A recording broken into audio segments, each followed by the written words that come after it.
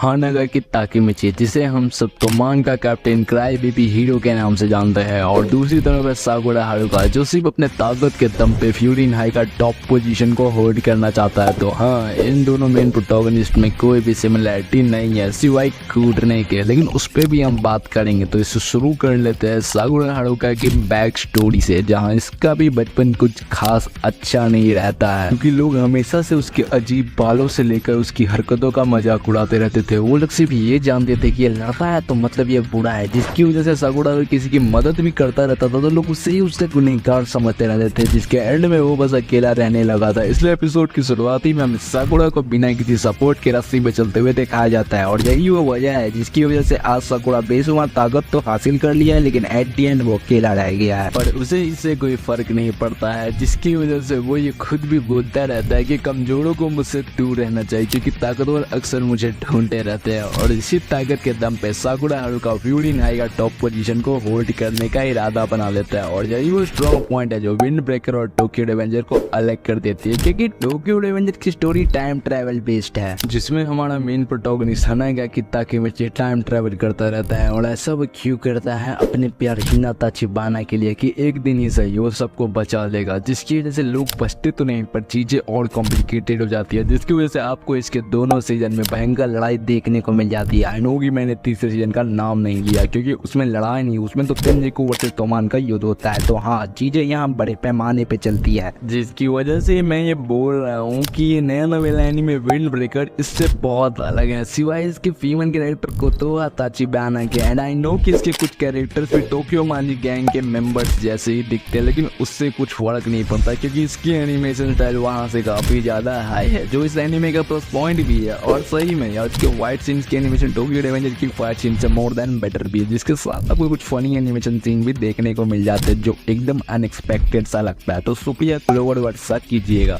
जिन्होंने इसकी animation style को इतना नेक्स्ट लेवल बनाया है। लेकिन अगर हम थोड़ी और बात साकुरा के ऊपर करें तो वो जरूर आया था फ्यूरिन नंबर 1 बनने के लिए, लेकिन उसे ये नहीं पता था कि जिन फ्यूरिन से वो कम्पीट करने का सोच रहा था वो यहाँ के हीरो है, जिसे शहर के लोगों ने वो फ्यूरिन यानी विंड ब्रेकर का नाम दिया है। लेकिन उसके लिए परेशान करने वाली बात तो ये थी कि जिन लोगों से भी वो एक्सीडेंटली लड़ रहा था उन लोगों को हराने से उसे लोगों का भरोसा मिल रहा था, जो उसके लिए अनएक्सपेक्टेड सा था, क्योंकि लोग हमेशा उसकी इन हरकतों से उसे बुरा समझते रहते थे। पर एट दी एंड वो एक अच्छा आदमी है, जो शहर के लोग उसे जानने लगे थे, जिसकी वजह से साकुरा को भी हीरो बनने में मजा आने लगा था, जो उसका सिम करता हुआ फेस साफ बता रहा था। तो देखते हैं कि आखिर ये नंबर 1 बन भी पाएगा कि नहीं। तो अब मिलते हैं किसी अगले मुद्दे में।